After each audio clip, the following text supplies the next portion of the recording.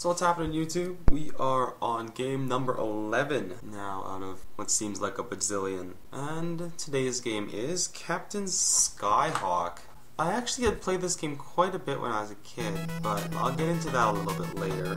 So right off the bat, is this game fun? I give it half a point. It has potential to be fun, but there's quite a few problems with it. As you can see, the explosions and the bullets are the same color. So when there's lots of things on the screen and they're exploding, things are flying at you. You'd have a tendency to not know what's what. So if we move on to the controls in this game, I'm not a fan. I mean, the frame rate is amazing and the game is smooth, but the controls are just are too loose. I find you just tap the controller just a little bit and you're pretty much flying into a wall. But as I was saying about the frame rate, I think this game does have pretty decent graphics.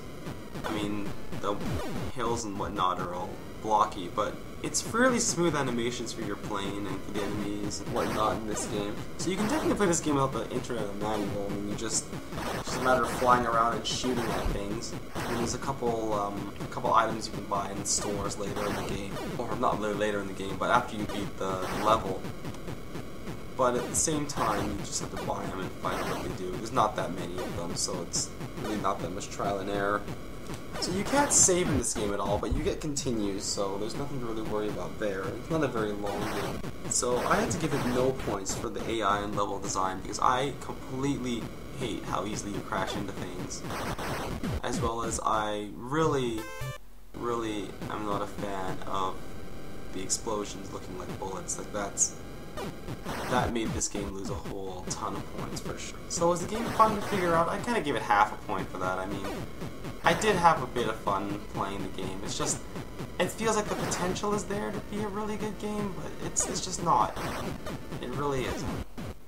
If we take a look at the cover of the game, I find the box isn't too bad for appeal, and also has the Milton Bradley label on it, which is funny because I would see that as a kid and would think, oh, well, they make cool games, like board games and whatnot, so, I mean, they gotta make good video games too, right? And then I'd probably think of getting it. I wouldn't be thinking that deeply as like a 10 or 11-year-old, but my point is that it's not too bad. And if we flip it over and look at the back of the box, scroll, see what the description of the game has to say here. So let's see.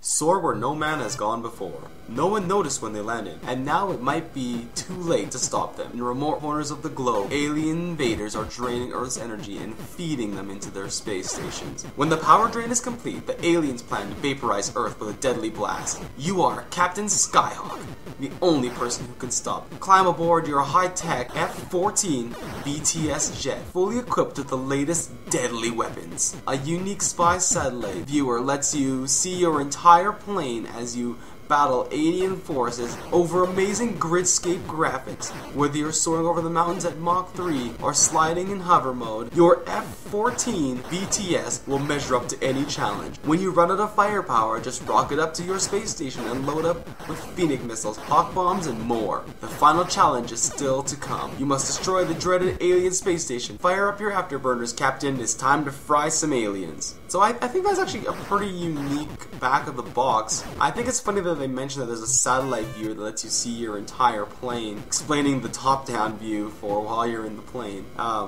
lot of games don't really have that explanation, so that's actually the first time I've ever seen that explained. So I think that's actually pretty funny. So, is it fun for the age group that it was intended for? I'm gonna have to give it points for that. I mean, I didn't think it was the greatest game, but when you combine this game with Game Genie, I used to play it every now and then and be like, yeah, we can beat the game, and I didn't have to worry about dying and whatnot, but playing it now, since I die so easily, I don't find it too fun. I think maybe if I played it a bit more, I would have to like really practice to get good at this game, but I don't feel like it's really worth it in the end. So my final verdict on this game is I'm going to give it a 5.5 out of 10, and I'm going to ditch this one. I don't really want this one in my library. So thanks a lot for watching this video, guys, and I will see you next time. Bye now.